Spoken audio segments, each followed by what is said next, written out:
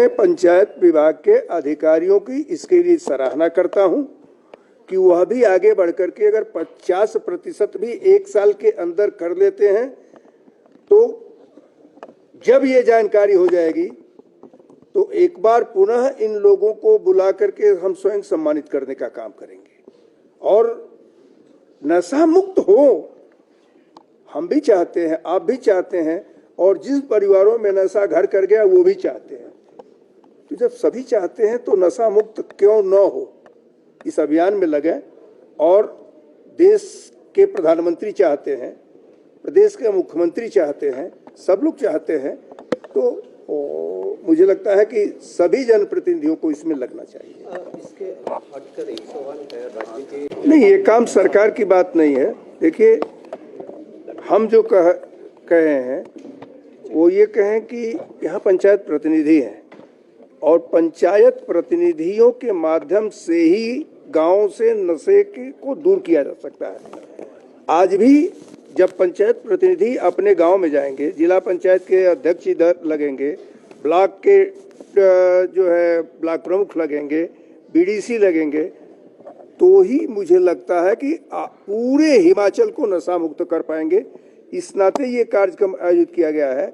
अभी यहाँ से मास्टर ट्रेनर जाएंगे, उनको 2 दिन की ट्रेनिंग दी जाएगी और उस ट्रेनिंग को ले करके वो जा करके कि किस तरह से एजुकेट किया जाएगा कि किस तरह से जा करके हम लोगों को समझा बुझा करके लोगों को बता करके कि जिंदगी क्या होती है, लोगों को बता करके कि माता पिता क्या होता है।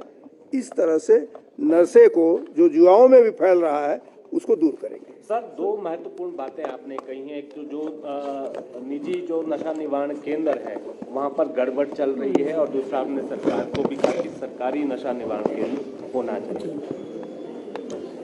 हाँ, मैंने दोनों बात कही है और गड़बड़ इसकी जानकारी मुझे लगता है कि हम सभी लोगों को है। ये नहीं कि कोई मैंने ही उसको कहा है, सभी लोगों को है कि वहाँ पर जहाँ नशे को दूर करने की बात होती है, केवल अपने केंद्र को बचाने के लिए वो नशा देने का काम करते हैं। तो मुझे लगता है कि हर सच को स्वीकार करना चाहिए और स्वीकार करने के बाद इसको दूर करना चाहिए। और सरकार को आगे बढ़ करके सरकार ने अपना संकल्प भी विधानसभा में भी लिया है, इसकी मैं सराहना करता हूँ, लेकिन वह दिखे, वह कहाँ खुल रहा है ये पता लगे, अभी कोई खुला नहीं है। इस नाते आगे इस पर विचार करना चाहिए। मैं जब से आया हूँ तब से इस अभियान में लगा हुआ हूँ, आप सभी लोगों का भी सहयोग मिलता है। मैं समझता हूँ कि सब लोग मिल करके ही हिमाचल को नशा मुक्त कर पाएंगे। आज की जो कार्यशाला है, सबसे पहले मैं बोलना चाहूँगा आदरणीय महामहिम की सोच, उन्होंने यहाँ मीटिंग बुलाई और डिपार्टमेंट को, मैं भी उसमें मौजूद था, डिपार्टमेंट को आदेश दिए कि नशा जो है ये बहुत बढ़ रहा है और हमारे समाज के लिए बहुत खतरनाक है, इसके लिए कुछ करना चाहिए। डिपार्टमेंट ने महामहिम के आदेश अनुसार SOP बनाया और आज जो कार्यशाला जो रखी है उसी के बारे में कार्यशाला जो रखी है। आज हम यहाँ केवल बोलने के लिए ही नहीं बल्कि अपने दिलों में एक आग जलाने के लिए, एक आग जो हमारे समाज को पीड़ा देने वाली कपटी खतरे और नशीली दवाओं के दुरुपयोग से लड़ने के लिए है। यह एक खामोश महामारी है, एक काला साया जो हमारे घरों में, स्कूलों और समुदायों में घुसपैठ करता है, हमारे युवाओं के सपनों को भी छीन लेता है और हमारे देश के भविष्य को बर्बाद कर रहा है।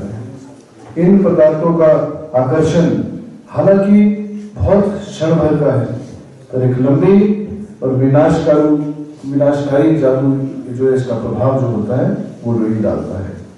ये अपने पीड़ितों को शरीर और आत्मा में से बांध देता है, उन्हें व्यसन और निराशा के चक्र में फंसा देता है। इसका परिणाम अपार है, टूटे हुए जीवन, टूटे हुए परिवार और एक समाज जो इसकी विनाशकारी शक्ति से चिन्हित है। लेकिन हम इस अंधकार के सामने असहाय नहीं हैं। हमारे पास किसी भी ड्रग से कहीं अधिक विल पावर, जिसको बोलते हैं, हथियार है, एकता की शक्ति और समुदाय की ताकत है। और यही नहीं, हमारे गांव के दिल में हमारे पंचायती राज संस्थान, हमारे लोकतंत्र के आधारशिला इस युद्ध की पूंजी रखते हैं। वे हमारे ग्रामीण भारत के संरक्षक हैं। इस सामाजिक कलंक के खिलाफ पहली रक्षा रेखा है। लोगों के साथ उनके गहरे जुड़ाव हैं। वो जनता को जुटा सकते हैं, जागरूकता फैला सकते हैं और प्रतिरोध की संस्कृति को भी बढ़ावा दे सकते हैं। आइए वो सशक्त बनाएं।